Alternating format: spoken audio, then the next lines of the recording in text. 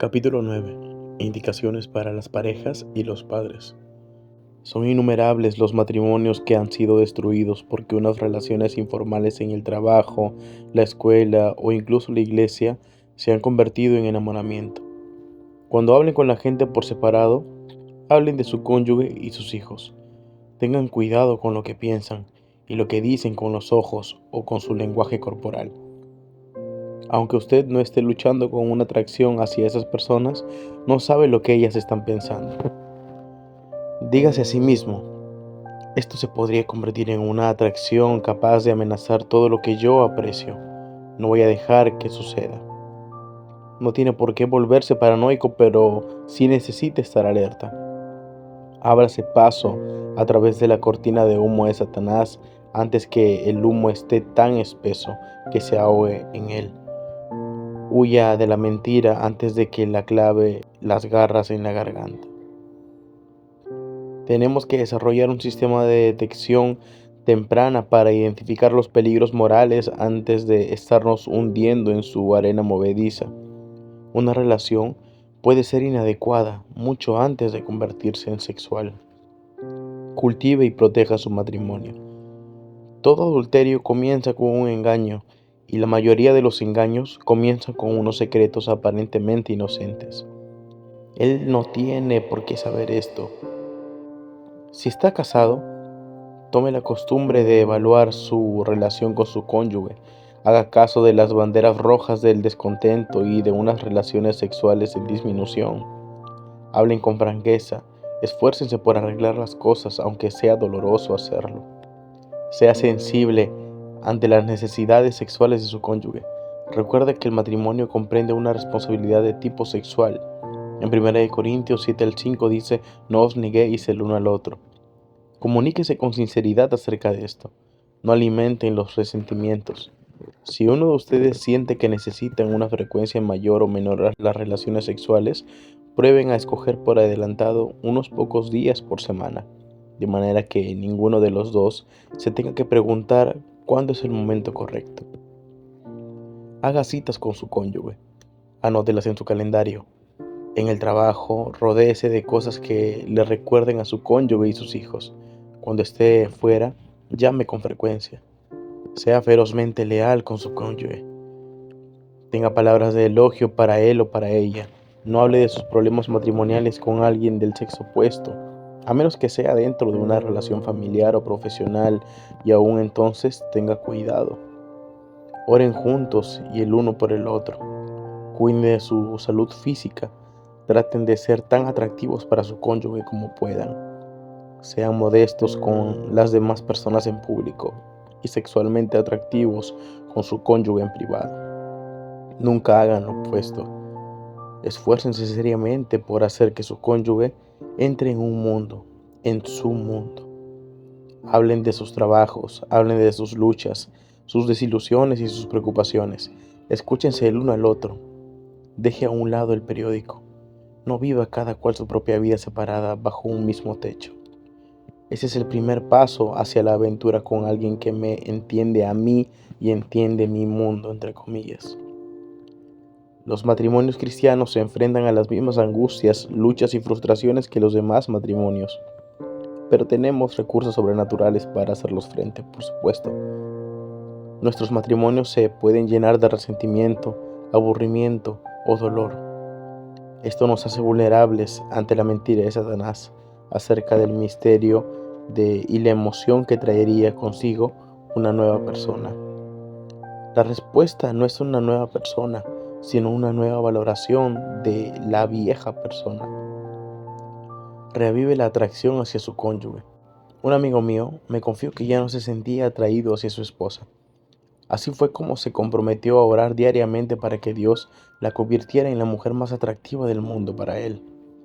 Al cabo de menos de un mes, Dios respondió esa oración de una forma concluyente.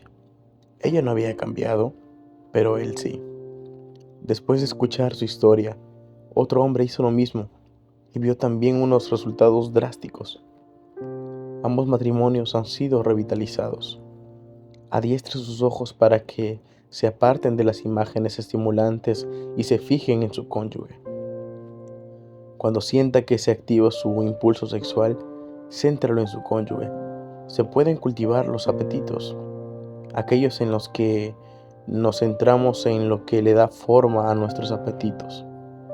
Al rechazar los apetitos errantes y meditar en las cosas correctas, entre ellas la de sentirse cautivado por el amor de su esposa, usted se puede adiestrar a sí mismo para desear lo que es correcto que desee. Valore a su esposa como un tesoro. Reconozca que las cualidades de ella no son consecuencia de los peinados y de los secadores de pelo, los ángulos ante la cámara o la cirugía cosmética. No se van a desvanecer como se desvanecen esas cosas, sino que van a perdurar y hacerse más profundas.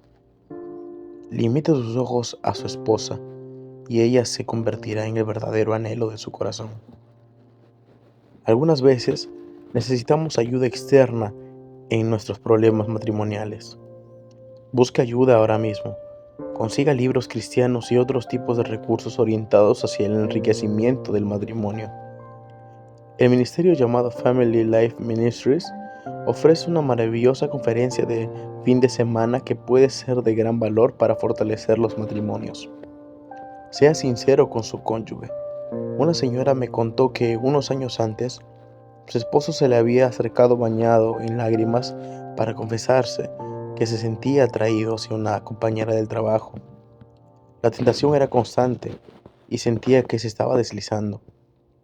Estaba decidido a alejarse de esa relación y le pidió a su esposa que lo comprendiera y llorara por él. Ella se sintió herida, pero se dio cuenta de que necesitaba ayudarlo a él. En lugar de sentir lástima por sí mismo, necesitaba ayudarlo.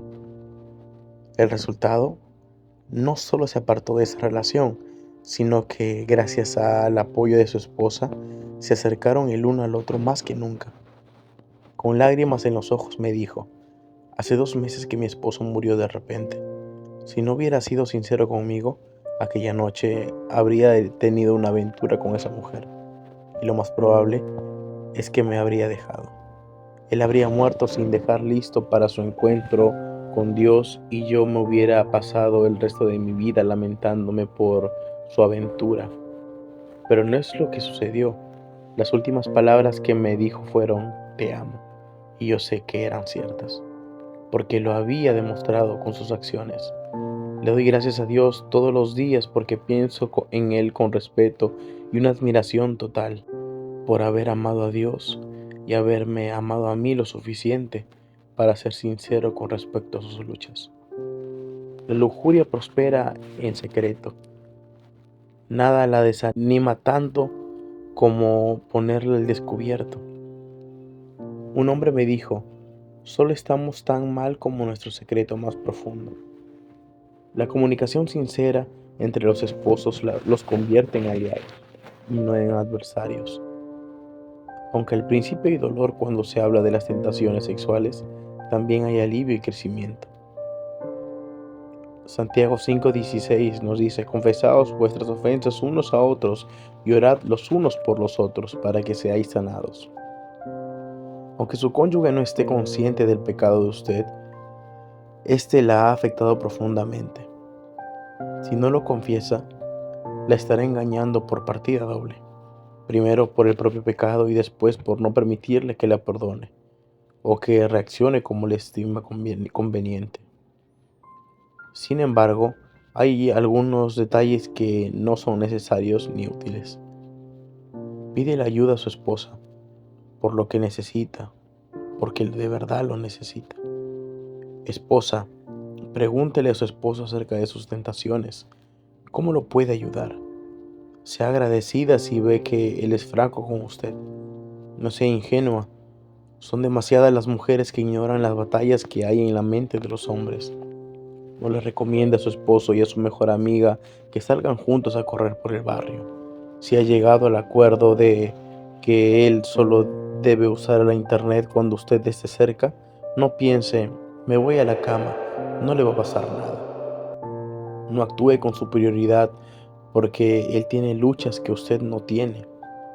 ¿Ha sucumbido alguna vez ante fantasías acerca de hombres, ante novelitas de televisión o ante ardientes novelas románticas, ante la murmuración o la calumnia, confiésele a Él también sus pecados. Él la necesita como amiga y aliada, no como adversaria. La crianza de unos hijos puros. A veces, nuestros hijos no nos escuchan, pero son raras las veces en que no nos imitan. Los hijos varones aprenden de sus padres a fijarse en las bailarinas, las animadoras y los comerciales con mujeres seductoras, o a apartar la mirada de estas cosas. Las hijas también notan dónde van a parar los ojos de papá y los de mamá. El mayor legado que les podemos dejar a nuestros hijos es mostrarles un matrimonio lleno de amor, afecto y pureza. Adiestre a sus hijos en cuanto a las decisiones y sus consecuencias, la sabiduría y la necedad, tal como lo indica Proverbios. Enséñale a amar la justicia y odiar el pecado. Enséñales a controlarse a sí mismos, a usar la capacidad para decir que no en otros aspectos, también en cuanto a la pureza sexual. Los padres deben ejercer un control bondadoso, pero firme sobre las amistades de sus hijos y sus hábitos en el uso de los medios de comunicación. Debemos evitar esa doble norma que dice que los niños no deben ver esas cosas impuras en la televisión, pero los adultos sí pueden hacerlo. Proteja a sus hijos. ¿Habría algún padre con la cabeza en su lugar capaz de poner un montón de revistas pornográficas en el armario del cuarto de su hijo y decirle después, confiamos en que no las vas a mirar? Eso es lo que hacemos cuando permitimos que tenga en su habitación una computadora con acceso a Internet. Los padres necesitan escudriñar la forma en que se visten sus hijos. Los hombres tienen la responsabilidad de ayudar a su esposa y a sus hijas a comprender por qué esto es tan importante, y a las mujeres les ruego que nos crean cuando nosotros decimos que un vestido para una fiesta de la escuela o un traje de baño es inadecuado. Sabemos exactamente de lo que estamos hablando. La educación sexual de su hijo. Todos los niños reciben educación sexual. Las únicas preguntas son estas: ¿cuándo, dónde y de quién? Los padres deben ser los principales educadores en cuestiones sexuales. Si usted no conoce todos los datos, no se sienta avergonzado. Averígüelos en las fuentes adecuadas. Hable de la relación sexual no solo en cuanto a la biología, sino sobre todo en el contexto de los valores, la responsabilidad y el matrimonio. Conozca a sus hijos, para lo que ya está listo, para lo que no. Responda todas sus respuestas con sinceridad y de una forma adecuada a su edad. Dígales a sus hijos tanto como necesiten saber, ahora, ni más ni menos. No lo deje para luego. Lo que está en juego es el bienestar de su hijo. No tenga su primera charla sobre la relación sexual con su hija embarazada a los 15 años. Sea positivo. Hable de lo bueno que puede ser el acto sexual dentro del matrimonio. No se avergüence de hablar de aquello que Dios no sintió vergüenza al crear.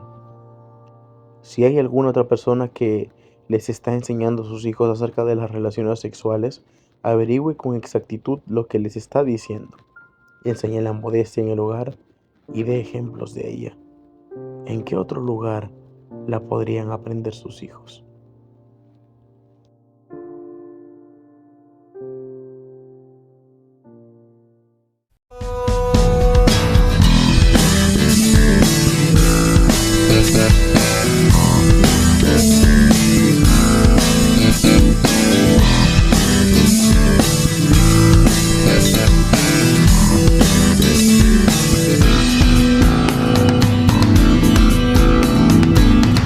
Persiste tú